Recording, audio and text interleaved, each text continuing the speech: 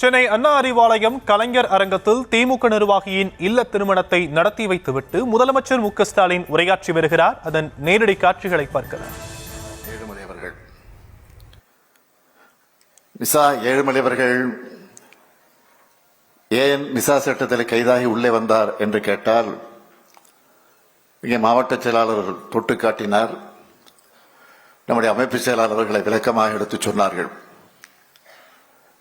மிசா என்ற அந்த கொடுமை சட்டம் தமிழ்நாட்டிலே பாயப்பட்டு நம்முடைய ஆட்சி கவிழ்க்கப்பட்டு அதைத் தொடர்ந்து திராவிட முன்னேற்ற கழகத்தில் இருக்கக்கூடிய முன்னோடிகள் எல்லாம் கைது செய்யப்பட்டு தமிழ்நாட்டில் இருக்கக்கூடிய பல்வேறு சிறைச்சாலைகளில் அடைக்கப்பட்டிருந்த காலகட்டத்தில்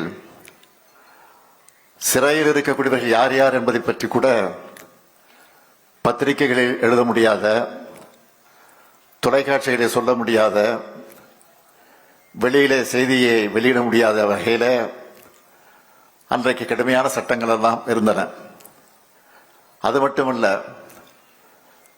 கட்சியில் இருக்கக்கூடிய தலைவர்கள் யாரும் பொதுக்கூட்டத்தில் பேசக்கூடாது, வெளியிலே போய் பேசக்கூடாது, திருமணத்திற்கு சென்றால் கூட அரசியல் பேசக்கூடாத நிலையெல்லாம் இருந்த நேரம். தலைவர் கலைஞர் அவர்களுக்கு பேசுவதற்கு கூட இடம் கொடுக்கக்கூடாது என்று அன்றைக்கு பல கொடுமைகள் எல்லாம் சட்டமாக ஏற்றி வைத்திருந்தார்கள். அந்த நேரத்தில் நம்முடைய செங்குன்றம் பகுதியைச் சார்ந்த நம்முடைய மிசா ஏழுமலை அவர்கள் உடனடியாக தலைவர் கலைஞர் அவர்கள் நம்முடைய பகுதிக்கு வருவதாக இருந்தால் என்னுடைய அரிசி மில், ரைஸ் மில், அந்த மில்லை நான் தருகிறேன் என்று சொன்னபோது நம்முடைய தோழர்கள் எல்லாம் சொல்லி இருக்கிறார்கள், நீங்கள் தந்தால் உங்களுக்கு பல கொடுமைகள் ஏற்படும், உங்கள் மீது வழக்கு வரும், நீங்கள் கைது செய்யப்படுவீர்கள் என்றெல்லாம் கூட எச்சரித்திருக்கிறார்கள். ஆனால் அதை பற்றியெல்லாம் கவலைப்படாமல் எந்த கொடுமை இருந்தாலும் சரி, கைது செய்யப்பட்டாலும் சரி, நான் தலைவர் கலைஞர்களுக்கு இடம் கொடுப்பேன் என்று சொல்லி அந்த ரைஸ் மில்லை அன்றைக்கு துணிச்சலாக இருந்தார்கள்.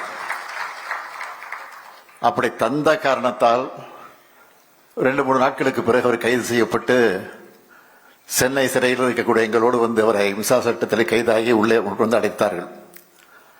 இது போன்ற பல செய்திகள் உண்டு. அதே போல விருத்தாசலத்தில் குமாரசாமி என்கிற ஒரு கடை வியாபாரி, அவர் கட்சியில் எந்த பொறுப்பும் கிடையாது, ஆனால் கட்சியுடைய அனுதாபையாக இருந்தவர்.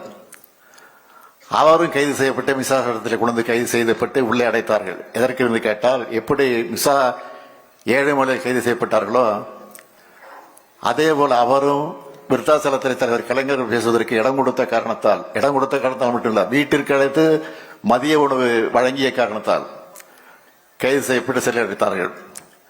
இதையெல்லாம் எதற்காக சொல்கிறேன் சொன்னால், இன்றைக்கு யார் யாரோ கிளம்பி இந்த கழகத்தை அழித்து விடலாம், ஒழித்து விடலாம் என்று கனவு கண்டு கொண்டிருக்கிறார்களே, அவர் கனவெல்லாம் நிச்சயம் எந்த கொம்பனாலும் இந்த இயக்கத்தை தொட்டு கூட பார்க்க முடியாது என்பதை மாத்திரம் இந்த நேரத்தில் நான் குறிப்பிட்டு காட்ட கடமைப்பட்டிருக்கிறேன்.